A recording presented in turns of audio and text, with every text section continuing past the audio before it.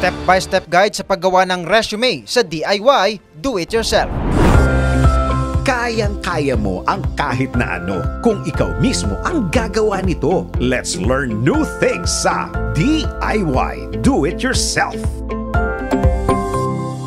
Bukod sa mga isasagot sa HR, ang resume ang isa sa mga dapat pinaghahandaan ng mga naghahanap ng trabaho. Sa pamamagitan kasi nito, dito ka nila makikilala at dito malalaman kung ikaw ba ay kwalipikado. Pero kung ikaw naman ay meron ng work experience, narito ang mga paraan para makagawa ka ng isang resume na epektibo.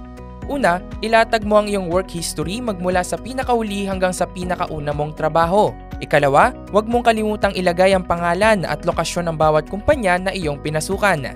Ikatlo, ilagay ang eksaktong posisyon o kung ano yung ginagawa mo sa trabaho.